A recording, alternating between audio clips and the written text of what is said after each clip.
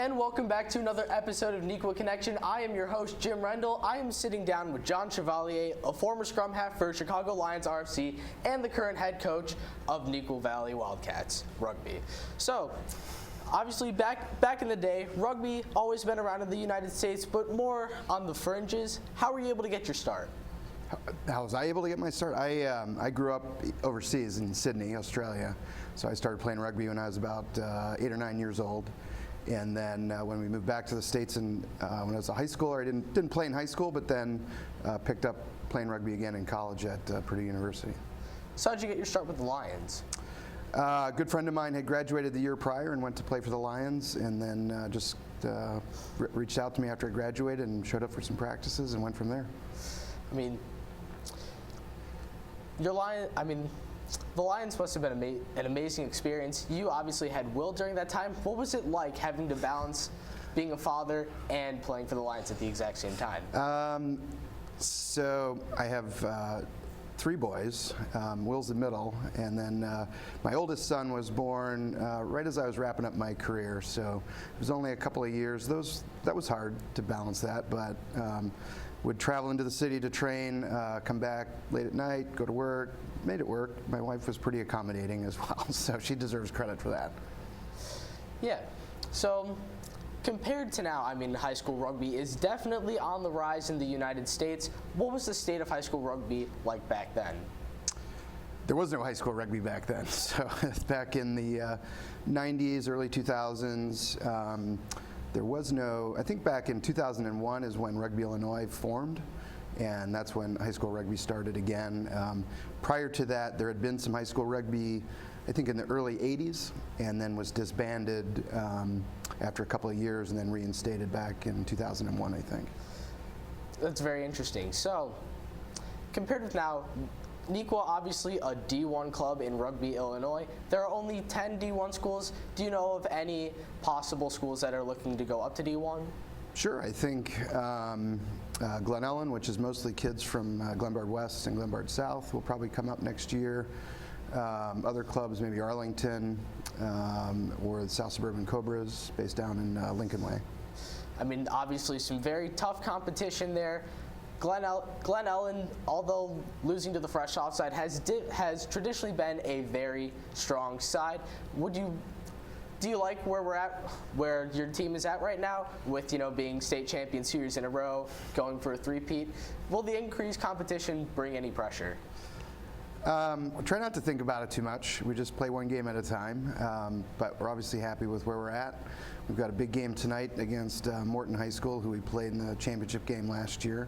So that'll be a tough one, and then if we win that, we'll head into the playoffs as the #1 seed. Flow Rugby has Neuqua Valley listed as the number 16th team in the nation. Last time I checked, the entire nation is out to get you guys. So again, that must bring a whole lot of pressure. What are you doing right now to be able to maintain that spot?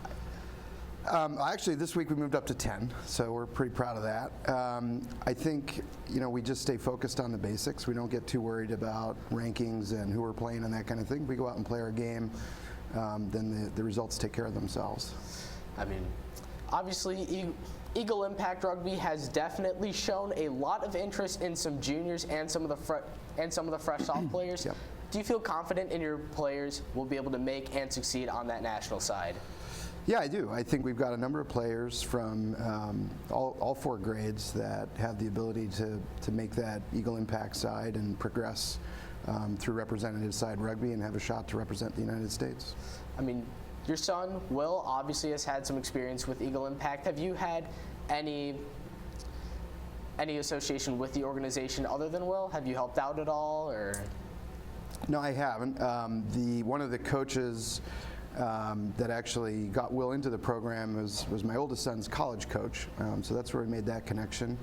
But other than that, I haven't been involved other than just providing feedback on other teams and players in the state. So Neuqua obviously going on a tour of Texas, California in previous years. Has there been any plans to maybe go overseas, England, Ireland, like New Trier just did this year? Any plans in the works for that? We've talked about it, and it's tough because a trip to Ireland over spring break is fairly expensive. So you mentioned New Trier, they went on tour. I think it's about $3,000 a player for a week in Ireland. Our tours within the U.S. run about $500-600 a person for a long weekend. We've talked about a tour to South Africa in the summer months, but that would be about $3,500 a person. So we're trying to weigh the benefit of what we get out of going on tour with the cost of doing that. At the moment right now, do you think the benefits could outweigh the risks? Well, yeah, I think a big part of our success is an ability to get away in February to a warmer climate to get to play half a dozen matches across two sides. Allows us to come back ready to go for the league season, and that's been a big part of our success. Who do you see as your biggest competition during the league season? Everybody.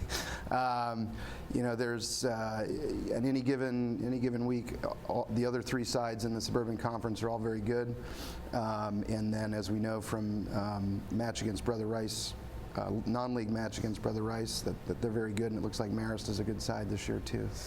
I mean, obviously, varsity fell apart during Brother Rice. JV taking a win, fresh off with an epic comeback. So there's definitely a progression in attitude. What do you think played into that? I think